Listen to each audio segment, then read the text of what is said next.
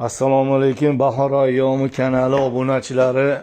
Mana kecha Halim Jo'rayevga chiqib yana bo'lavermas gapni gapirishini eshitdinglar quloqinglar bilan. Qanaqa tarbiyasi bilan gapirganini eshitdinglar.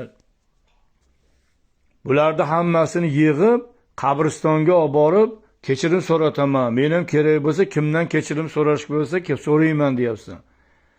Sen Xudodan kechirim so'ra. Akangni 70 yil 74 ga kirgan bo'lsang 74 yil akangni behurmat qilib kelgansan. Qanaqa qilib sen akangni hurmat qilmaysan, bitta otadan, bitta onadan bo'lib tan olmagansan u? Qanaqa qilib ularni otasi, onasi boshqa bo'lsa-yu, ularni sen aka-uka qilib bo'yniga majbur ildirasan. Senga o'xshagan odamlar ildirib turibdi bo'yniga majbur. Sherali Jo'rayevni o'g'li degizdirib qonun tomonidan ildirib turishibdi. Lekin aslini olib qaraganda bu Botir Qodirov Halim Jo'rayevni o'g'li-ku. Hamma tomondan isboti bor. Mana o'zing aytyapsan, men boqqanman, meni tarbiyamni olgan deyapsan. Men bilan yashagan deyapsan. Seni tarbiyangni olgan uchun yuzsizligi ham, surbetligi ham, qilayotgan ishlari ham seni o'zing. Ro'parangga kelsa hamiliyonlik qilib likillaydigan sensan u.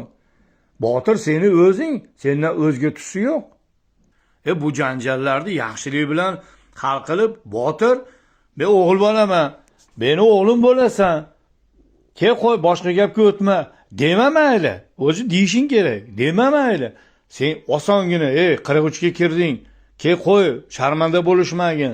Ularni ham tinch qo'y deyishdi o'rniga demayapsan sen. Sen qasding Toyir aka ikkovini qasding faqat oilasiga hujum qilishyapsan. Sherali Jo'rayev hozir 1 minutga tirilib kelsa nima qilishar ekansan? O'zingni o'zing osishib yuborsang kerak, yuraging otilib ketsa kerak senlarda.